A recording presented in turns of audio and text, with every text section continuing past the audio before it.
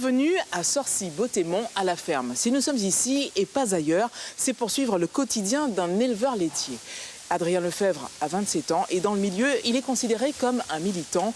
Son combat, le lait équitable. Il n'y a pas âme qui vive dehors. Le soleil n'est pas levé, mais Adrien Lefebvre, lui, est déjà au milieu de ses vaches pour un rituel, la traite du matin. Là, on les rentre, on les nettoie. Donc, il y a mon papa là, qui est en train de les nettoyer. Et après, donc, on les branche et on collecte le lait, tout simplement. Il y en a combien? Donc, aujourd'hui, il y en a 70 sur toute la ferme. Et donc, on s'occupe d'elles le matin et le soir. L'apprenti du jour n'avait jamais vu un pis de vache de si près. Tu prends le mouchoir comme ça. Et en fait, on vient masser le treillon afin de deux choses, le nettoyer et en fait appeler le lait. C'est-à-dire ça donne envie à la vache de donner son lait. Voilà. Ok. Donc si tu veux pratiquer. Je fais. Ce n'était là qu'un début. Voilà. Alors moi je vais te soulager avec le poids du machin. Et il faut commencer par brancher les extérieurs. Le plus loin au début, donc arrière droit. 1h45 et 950 litres de lait plus tard, l'apprenti se prépare à nourrir les veaux.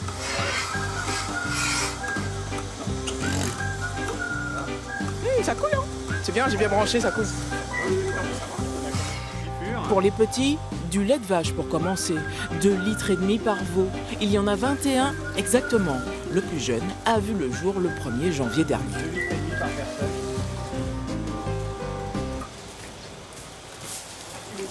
Tu les as fait naître ou pas? Oui, bah tous, ici, c'est pratiquement tous. Alors après, des fois c'est moi, des fois c'est mon papa, des fois c'est la nuit, des fois c'est dans des conditions difficiles, puis des fois ça se passe bien et on arrive et le petit veau est né tout seul. Et s'en séparer, c'est pas trop dur? Ah, c'est vrai que si même on a le plaisir de les faire naître, il y a toujours un déchirement au moment de la séparation, que ce soit des petits veaux mâles qui s'en vont ou bien des vaches. Il y a des déchirements, parce que vous avez l'habitude. Oui, mais c'est vrai que moi je suis encore assez jeune et mes premières vaches aujourd'hui que je fais partir sont celles que j'ai élevées depuis leur naissance et c'est vrai que ça fait toujours un pincement au cœur. Donc la 66-21 n'a pas bu? Non, mais t'inquiète, les autres restent accrochés donc il n'y a pas de problème. Allez, 1, 2, 3. Élever des bêtes, pas une mince affaire. Chaque jour, il faut dérouler une balle de 350 kg de foin. Avec ta fourche, tu piques et tu retournes. Donc on essaye de ne pas toucher les têtes des animaux. Ok. Ah, tu mets dedans. Tu vois, et on met, là ouais, tu mets dans le petit bac.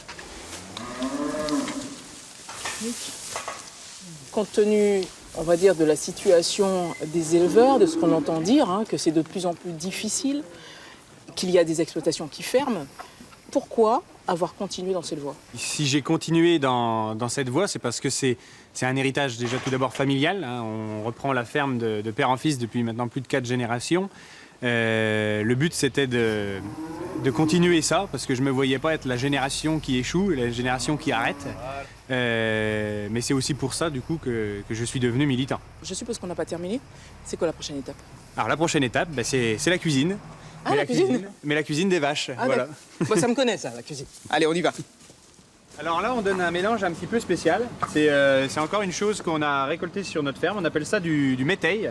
C'est un mélange de triticale, de pois de printemps, de pois d'hiver et puis de blé, en fait. D'avoine, pardon. Ajouté à du maïs, des petits pois, de la luzerne et du foin, l'ensemble donne un mélange riche en matières grasses et en protéines. Une idée d'Adrien qui permet de réduire les importations de 75%. Mais le jeune éleveur est un passionné. Au plus fort de la crise du lait en 2009, il est de ceux qui décident d'une augmentation de 10 centimes du prix du litre de lait, mais de son lait.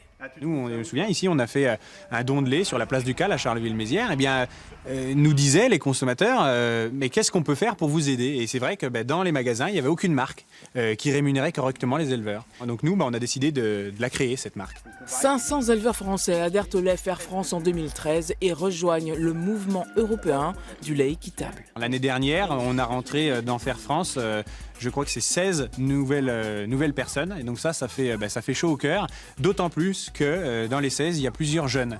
Et moi, en ayant 27 ans, je suis content de voir qu'on arrive aussi à donner envie à des jeunes de se battre pour une juste rémunération et pour être encore là demain. Adrien, il faut combien de temps pour faire un éleveur? Je pense qu'il faut toute une vie parce que chaque jour il y a des surprises et on apprend. Mais est-ce que tu penses que je suis bien parti? Oh oui, il y a un bon début. Ah, un fort potentiel.